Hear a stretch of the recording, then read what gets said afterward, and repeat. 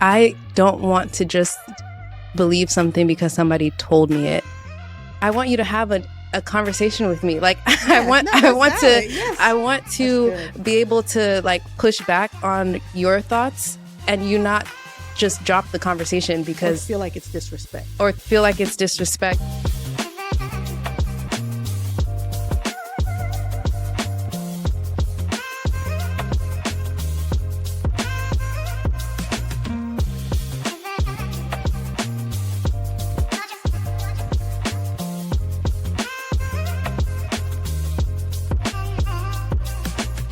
When we talk about deconstruction, it's often Gen Z that's leading the way. They're not afraid to question the church that they grew up in. They're not afraid to question their faith or to wrestle openly with doubts about God and their faith.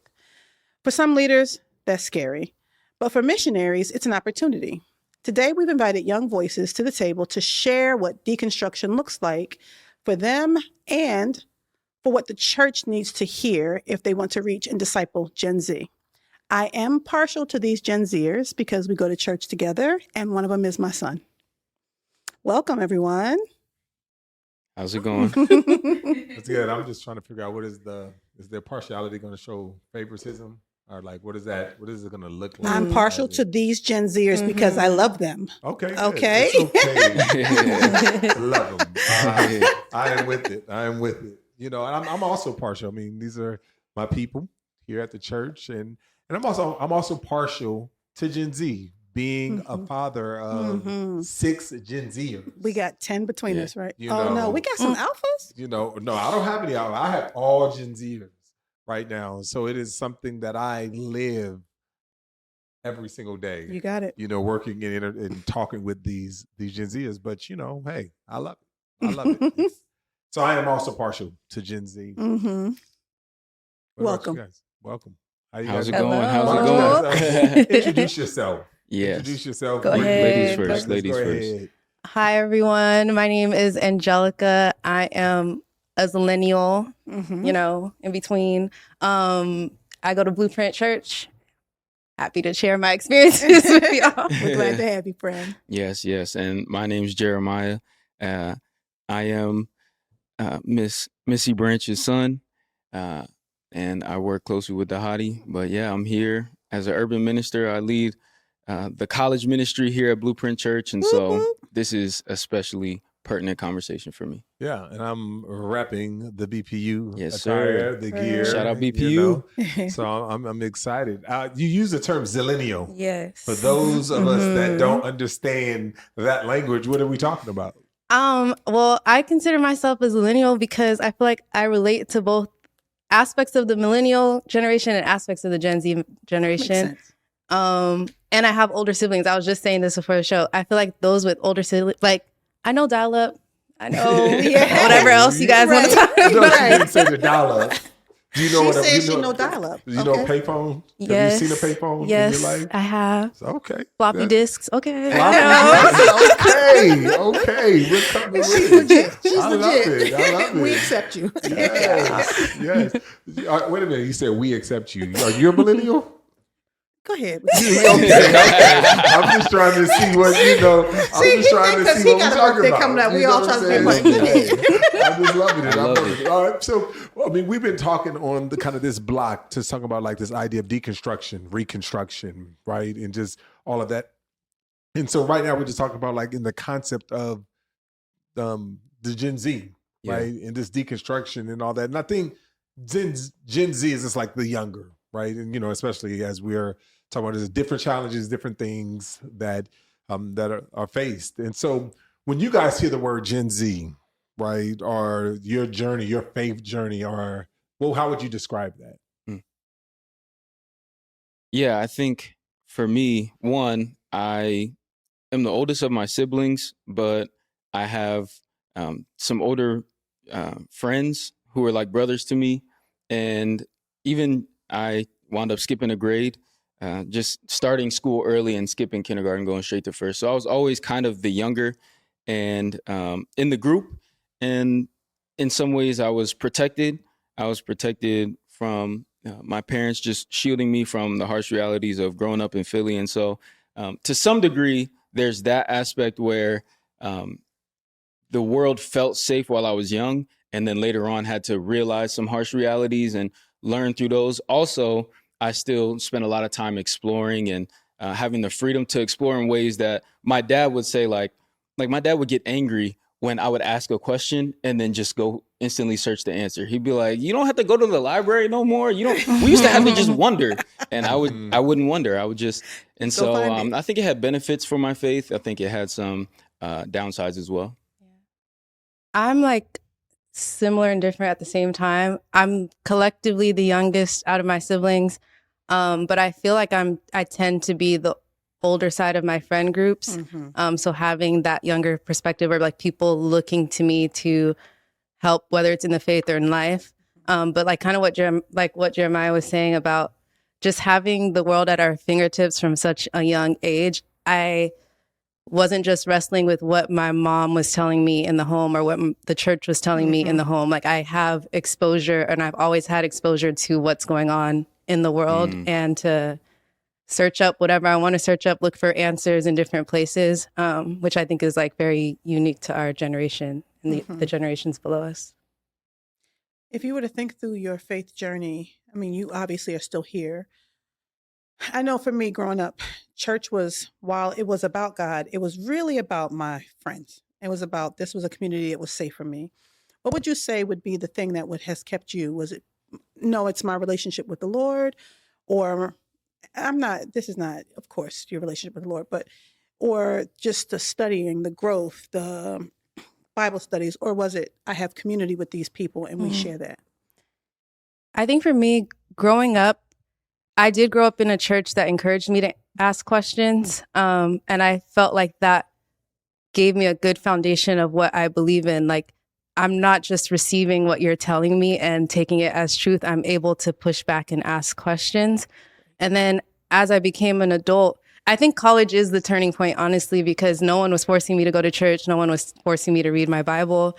And I was just having experiences that shifted from, this is the God of my church, my mom, all these people that could tell their own testimonies of what God has did for them, to, oh, I'm seeing God active in my life through my situations. Yes. And so those experiences definitely have kept me and grounded me. But then the next shift is like studying for not for myself, because I feel like people shouldn't do things in silos, but I love like apologetics and like understanding and being able to explain and defend why I believe the things I believe. So definitely personal time and personal experiences with God. So. I love that. Yeah. For me, I think it was strongly community that kept me up until basically I moved out for the first time. Up until then, it was just the way that we lived, the way that we thought. There were people who were intentional about discipling me. There were some who maybe weren't discipling me, but they were always around and I got to witness their lifestyle. And it was just, I was surrounded by it. And so it was just the air I breathed for a really long time. And then I got into the world for myself. And that's when I think those beliefs were first challenged. And now it's become something that I can claim for myself. And I did have to make those decisions about like, what do I believe? Why do I believe it for myself? And I can say that now, but growing up in my faith journey was heavily just the air I breathe, the community. And I think that a lot of Gen Z that grew up in the church, even those that are deconstructing now or have deconstructed, that was probably their story as well. Yeah, as someone who's, again, raising the kids, my kids being Gen Z, one of the things that I recognize, my oldest daughter is 23. Are about to turn 23 years old, and you just look back over her times when she became like knowledgeable about what's going on in the world, and you just start thinking that was, if you think about 12 years ago, we're going about 3 or 4 presidents. This is where you're starting to see all the people, being shot. You're starting to see white evangelicals' response to certain things. You're starting to see the rise of, of just like the vision, the trauma. You have COVID, you have, and so oftentimes you hear about Gen Z being called the anxious generation.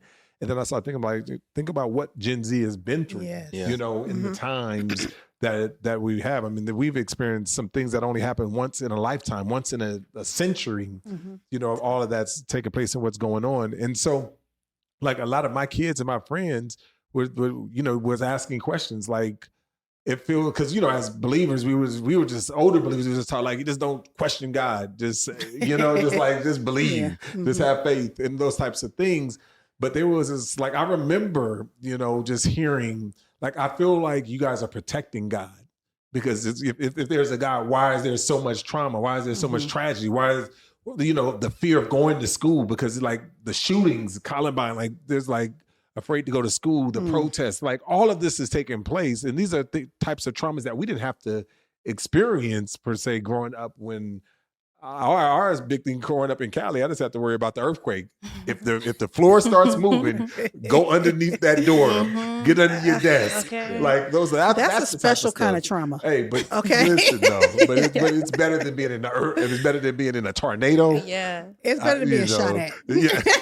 It is. Yes. But I guess it's like, my point is there's so much, trauma that Gen Z goes. And so it's just like, if you did not allow them to question, absolutely, oftentimes is just kind of like, man, I think it would plummet so many in the faith. But on the flip side, you also see that Gen Z is they're activists. They're just like, let's gotta change things. We can't just allow the status quo to remain and be the same. And so that's why I love about the generation, but it's just like in the stage, and I'm looking forward to seeing, okay, well, what is this going to look like as you grow? Yeah. Right. Into adult. Okay. So I hear we talk about COVID, we talk about school shootings, different presidents. So much has happened in your lifetime that a lot of people have not seen in one generation. What are those faith experiences? What are those moments? What are those things that have shaped your faith? That this is the thing that has happened that I'm like, oh man, okay, I'm different now. I've always said that I feel like we have witnessed too many deaths at our fingertip, and it's not normal. And it would get to the point where I would have to go on social media breaks. Like, I don't want to see people dying. I don't want to see all these dead bodies on my screen. And it would affect my mental health a lot. And to your question of like, what are the moments that have shaped my faith?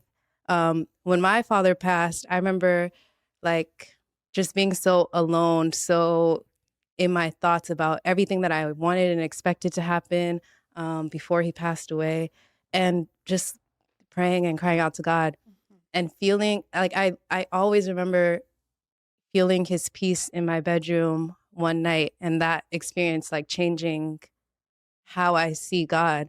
And so with all of these experiences, a lot of the times what I pray for people is that like through tragedy, you can experience either the peace of God or some aspect and some face of God that you wouldn't have experienced outside of that. So even as the world keeps getting darker, even as we keep seeing all these deaths, all of these things happening in the world, I still see it as pockets for God to reveal himself to people in very tangible ways that they wouldn't experience him outside of it. So that's one thing for me. Yeah. I'm going to probably come at it from a different angle. You guys mentioned activism being a mark of our generation. And for me, I think that seeing so much death, struggle, hard things, not just one online, but two, just growing up like in Philly and different things, the things that came with, I kind of became numb to feeling any emotion towards these things. I didn't feel like being an activist because it's just like, this is just how life is. And I think I got very individualistic. So I said community was big for me. As I got older and was able to make my own decisions, I was more focused on myself, my family, the people I cared about, and what I was doing. And that's kind of all I could. And kind of almost thinking like a pressure's on me to be the best version I can to protect everything that I've got going on, because this world will be so harsh to me.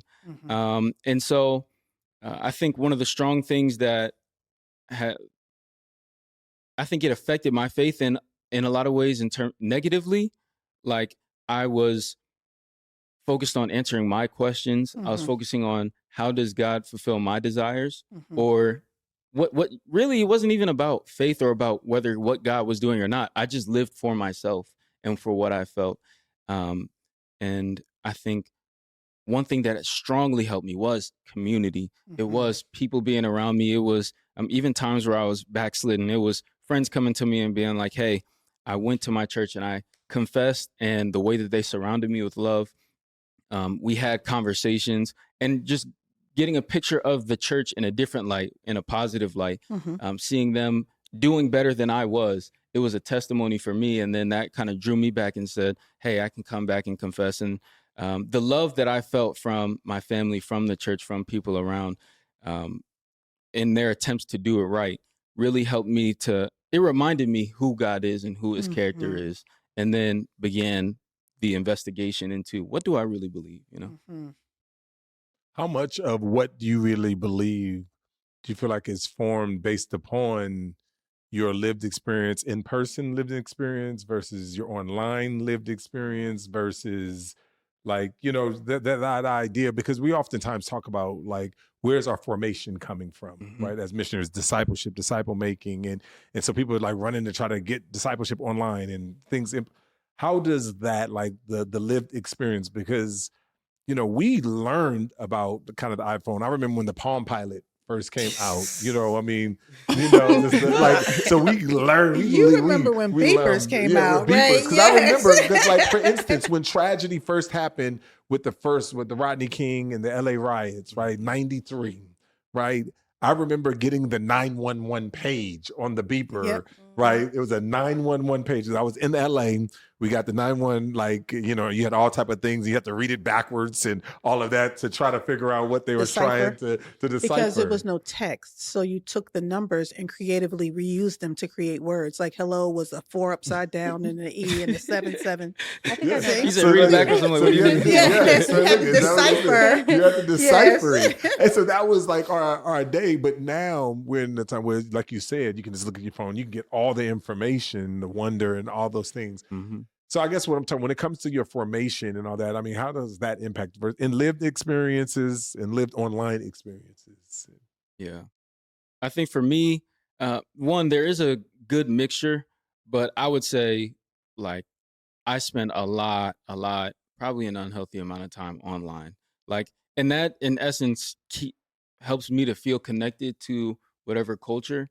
And once again, that hyper individualization, it's like if I don't have friends around me who are passionate about the same thing, then I can just go online and learn about the topics that I care about and find that community. And I find with some of my friends, like my closest friends that I disagree with on different issues, they're getting a pipeline of all the information they want to hear, all the statistics they need. Really, they don't even have to go research. It comes to them.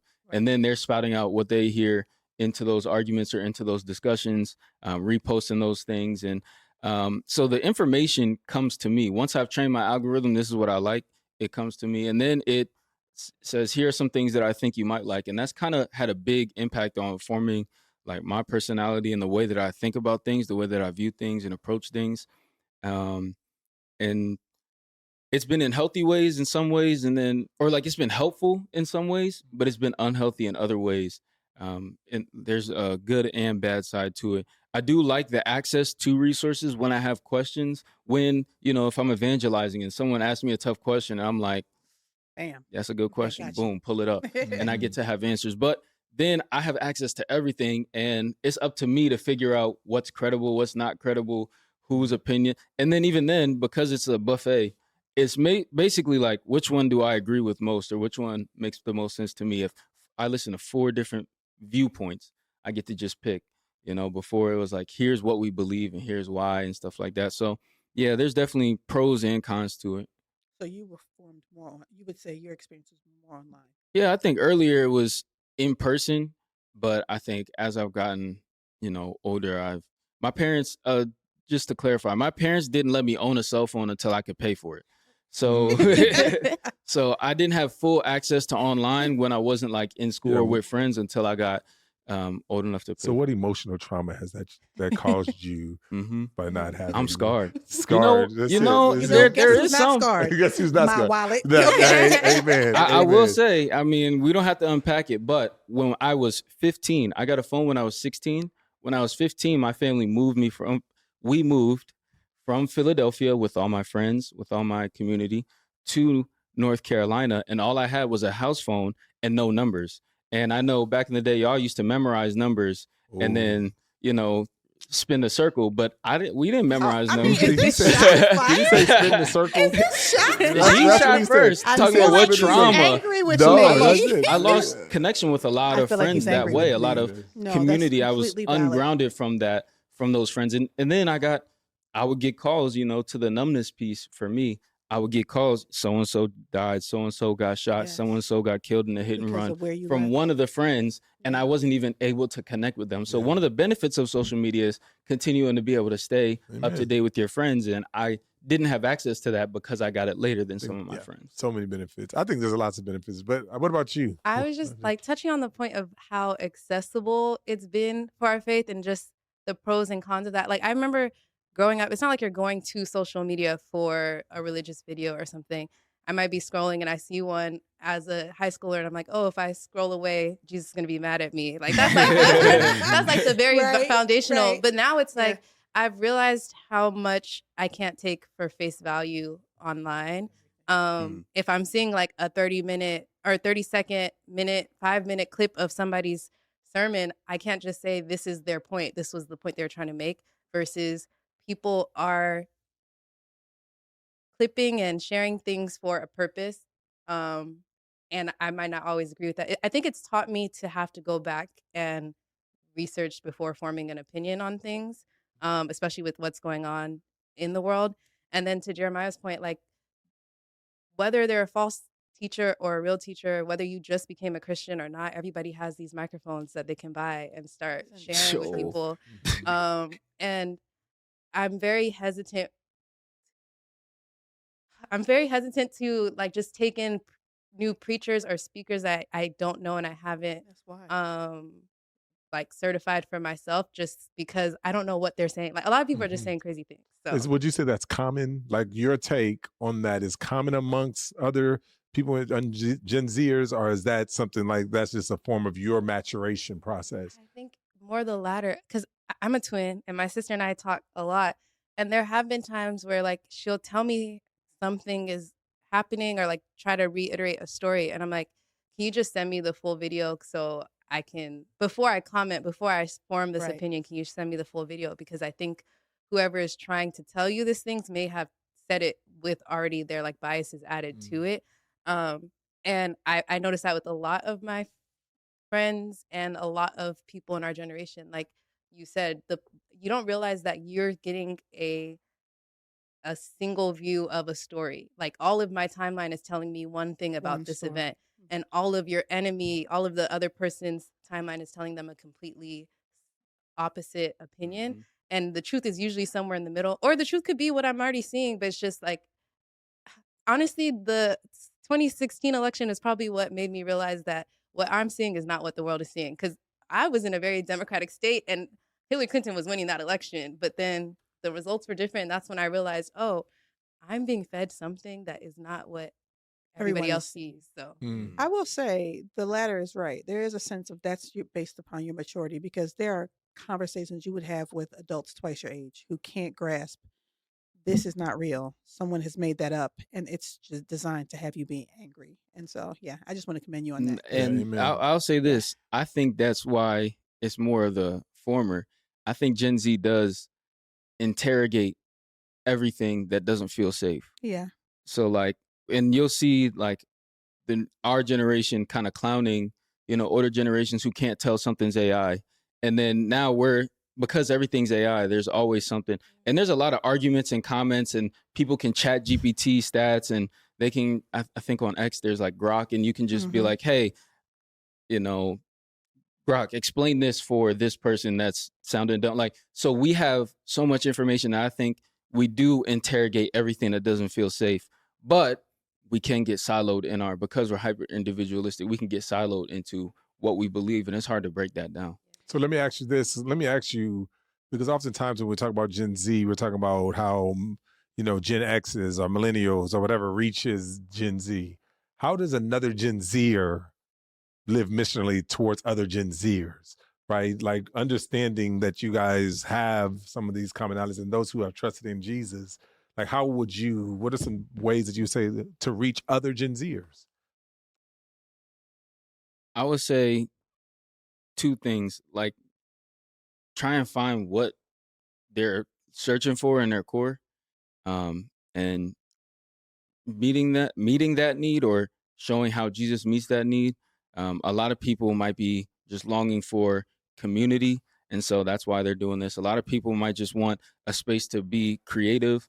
A lot of people might be looking for a father figure. That's why, like, they'll run to someone with a strong, like an Andrew Tate or something like that. So finding that need, and seeing how you can meet that, or explaining how Jesus, but not just explaining, embodying. And just being friends, like community. Because I think that some of my friends who have differing views than me, they would be more extreme on their side, but then they have to face me in real life, and they can't talk that way. But we'll have conversations, and they'll realize, oh, this point of view does affect this person. And that, because I'm a friend, and because they're a real friend, we're able to understand each other, and it's helped bring us closer to center on those issues.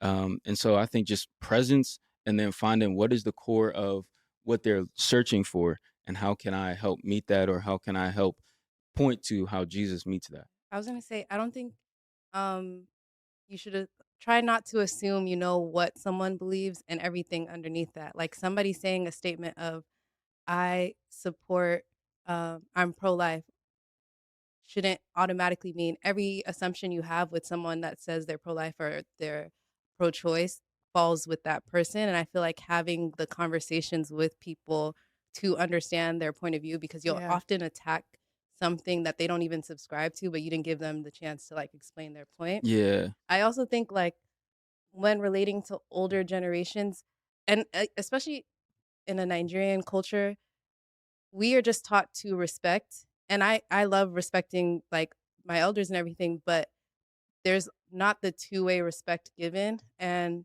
a lot of times it's just what I told you is truth and I don't need to tell you anything else. And you shouldn't be pushing back on anything I said either. And because we have so many resources at our fingertips, that's never going to be helpful.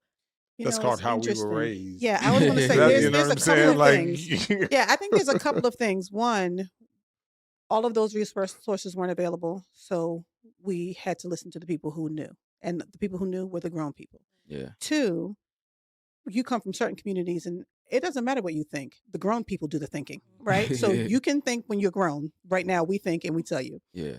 But I also think, three, so much had to come through struggle. So much of the information that you just click on, people had to go through struggle to have access to it, to be allowed to engage with it, and then to offer it, so that it wasn't this, you just know. And from that much struggle and that time comes wisdom, right? Because now I have years under my belt. So it's one thing to have information, it's another thing to know what to do with that information. And that knowing what to do with that information comes from wisdom. And so I think what you often find is a generation of people saying, okay, I may not be able to Google it as fast as you, but I had to carry books to school. You know what I'm saying? Yeah. And so, but I do agree that as a person who, my mom, her relationship with Jesus was, Jesus he has to meet my needs. I am a single mom. I have no way of doing this. The only way we're going to make it is if Jesus shows up. I watched that. My relationship with Jesus was, you have to rescue me from this drama, right? Like, it's not the same kind of, I'm desperate for the financial help. I have drama in my life. And I think what each generation doesn't realize is that the relationship with Jesus is different because of the access or the experience of not just the individual, but the generation. I would love to know what you guys would say if I could tell boomers or Gen Xers or millennials something in particular about the way we process our faith. What would that thing be? I think is a little bit of what I've said already. Like, I don't want to just believe something because somebody told me it. I do want, and I'm not saying like every single thing needs to have an explanation, because I already don't know everything. But like, if I am engaging with Gen or boomers or whoever it is, I want you to have a conversation with me. Like Yeah, no, that's valid. Yes. I want That's to good. be able to like push back on your thoughts and you not just drop the conversation Or because feel like it's disrespect. or feel like it's disrespect. Yeah. And I think too, and I've had this conversation with some people too. Like I think that sometimes boomers don't answer because they didn't search for those answers themselves. They didn't question things. They just Well, they weren't allowed. Yes. And yeah. they So didn't have access. exactly. So even if So they it's had like the questions, they couldn't go just find it. so instead of engaging in us trying to get these answers together, it's just an end of a conversation. I think that's great. I think there's intimidation. And I think that that's the generational divide where I have all this knowledge of what it means to spend time with Jesus, to walk with Jesus, but I don't have the language or the theological degree or pedigree. So I feel intimidated by all the knowledge you have. You know what I'm saying? And And so we I don't would meet. say sometimes the examples people use are outdated for us as Oh, well. yeah. Oh, So yeah. it doesn't relate. Oh, yes. But I just one thing I was thinking about is like I would a con I would say for Gen Z is that we don't have patience in the disciplines of the spirit and being able to wait upon the Lord for like for me, if I pray for something, I want that answer immediately, just like I Yes. can get other things, Information. other instant gratification. Mhm. And I feel like older generations know how to wait upon the Lord better, how to be still, like even in quiet times with the Lord. Like there's so many things distracting me, and my brain is so active that just 5 minutes of silence is difficult. So that's something that we need. And to that's what I want to press in on a little bit because, oftentimes we're talking about how do we reach Gen Z or whatever, but now that Gen Z is becoming of age and now we have Yeah, Gen y'all not Alpha, babies no more. right? We have Gen Alpha now. I guess I'm trying to think of what's in the missionary of a Gen Z. So not like, so how does Gen Z reach other Gen Zers? How does Gen Z reach Gen Alpha? Because and everyone is, as you're starting to see this new age, talking about Gen Alpha is the iPad, iPads raised Gen Alpha.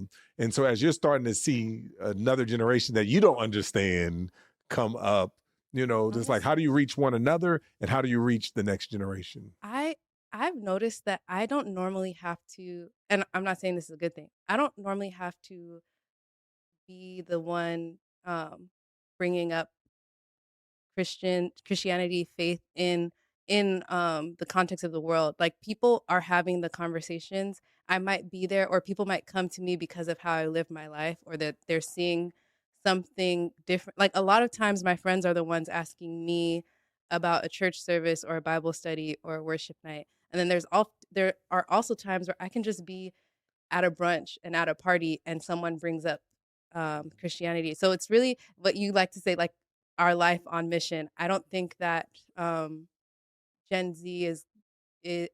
I think that Gen Z is going to be meeting people in real world, and especially with social justice issues, social topics, like talking about these things with people, but also bringing it back to Jesus is how I do mission, or how I try to approach it a lot. Yeah. I say for me, like, one, like I think be real. I think like if I'm gonna keep it a being, the internet is not a real place, and all of us know that. And sometimes the generations before us don't really understand that. Yeah. And so like you have conversation with someone who said this online and they're like, yeah, I just said it online. Like, but that's not what I really believe.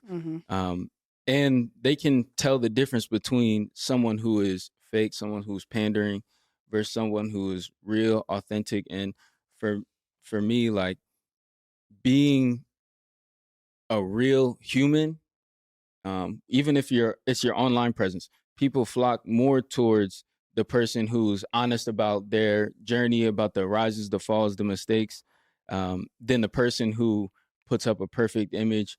Even like the stuff that goes viral, like when someone over processes, over produces, and different things like that, like that'll get the what like they'll get bots. It'll get the millennials, like it'll get them, but if a person can really just pull up their iPhone and whatever that camera looks like and just do something crazy, and people, it connects more. And so, and the same thing in real life, like just being your real authentic self. Having aura helps. That's what I hear for Gen Alpha. But yeah, just being your real self and letting them see, like, because they know they can't touch online, but if they can see someone in front of them, a lot of the younger kids, they'll say, "You remind me of Duke Dennis," and he's like an internet celebrity. One of the younger kids. One of the younger kids. One of the younger kids. And the thing is, they don't have access to Duke Dennis, so they're equating something they know is not real. But then the values and the things that I bring to the table, they learn to appreciate, and they appreciate someone who just spends time with them, who will go hoop, who will go. And then when they have questions, come to me, or I'll challenge things that they're saying, things that they're doing. And I think that that's being real, being present, and not assuming anything and knowing the internet is fake. Well, so then what makes faith credible for y'all? I think that it's both encounters with the living God and the Bible itself. Like, for me, this is about reconstructing faith. And one thing I've learned is that we don't have to reconstruct a lot of the basic, simple things that I was taught as a little girl in church. It wasn't until I was in my 20s that I realized, like, these are foundational disciplines, foundational things for a reason. I don't need to reinvent the wheel, and things that have been working for 2,000 years is not about to change overnight. Whether that's literally reading my Bible, like I've seen stuff about AI Bible studies and stuff. And I'm not saying I might make a judgment later, but I'm not saying anything about it, but it's just like literally getting a Bible, opening it up and reading it and praying, Holy Spirit, guide me through these scriptures and help me to understand these things, and praying the foundations. Like, I think that reconstructing faith over engineers a lot. I think that people are doing it because they have ideas of how God is supposed to be and how God is supposed to show up. And my God wouldn't do this. My God would. How can a good God do that? And they're just missing Jesus. What you said was really beautiful, because it's almost like you described in real life what he described about being online. It's like, if faith is over engineered, if you take that camera picture and you do too much to it, we may like it for a while, but after a while we recognize it's not real. And so you're saying what's credible to you is the basics of what has been, and you go through life and you deconstruct, you reconstruct. I think people do that all the time safely. They told me I was this, I realized I'm not that, I changed that. But when you get back to the basics and you're like, Jesus, the same yesterday, today, and forever. Even when we're spreading the gospel, like, we don't have to do a big production to reach people. And even in doing that big production, it's like, are you trying to take the place of the Holy Spirit in reaching someone's heart and telling them the truth about Jesus? And we'll never be able to do that. So yeah. And for me, once again, the thing that has helped me keep my faith is seeing it, feeling it, touching it, and being embodied, and it being real. Once I failed and was still loved, I realized, oh, people can fail and it can be real, seeing God move in other people's lives. I remember in John 10, the Pharisees asked Jesus, like, are you the Messiah? And he's like, I've told you. And he's like, if you don't believe me, believe the works, and like, just being in community and seeing God move in this person's life, in this person's life, in this person's life, seeing the transformation. You were like this, and then and all of a sudden you did a 360, and yet you still loved me when I wasn't at that point. Like, those kinds of things help take what's out there and ethereal and make it real. And for me, that grounds me when I see someone online who's doing something counter or like something that's fake. I know, okay, that's just not the real thing, because I've encountered for myself the real thing, or I've been through it myself and I know what's real. And so that's been the biggest thing. Watching the example of people who have held on to their faith through hard times helped me to realize where I can turn. And I tried it a different way. I had to go and I didn't just take it at face value. In other words, I went and did my own thing and found my own process, and it led me back to, okay, which way do I want? The way that I see online, the way that I tried and failed multiple times, or the way that seems to be working for the generation before me, or what I'm reading right here in Scripture. And so that's the biggest thing. First of all, it blows my mind as a mom to sit and listen to a man talk and be like, oh, that's my son because he's saying these things, right? But I'm on TV, Mom. But I think it's also really helpful and to recognize how much it's important for us to listen. Thank you, guys. I feel like we could talk forever, but we're going long. But I'm just so thankful to the two of you for sharing perspective and for being willing to just lay it out there for us. Mm-hmm. The voices of Gen Z matter. If we're going to see the gospel carried into the future, we have to listen, not just to respond, but to understand. Deconstruction for this generation isn't always about rejecting faith, right? Mm-hmm. Often it's about rejecting inauthentic faith, right? You got to have that aura. Our challenge is to help them encounter the real Jesus in the middle of their questions, to be able to ask questions and it be safe, and to trust that God is big enough to meet them there. Thank you, guys. Amen.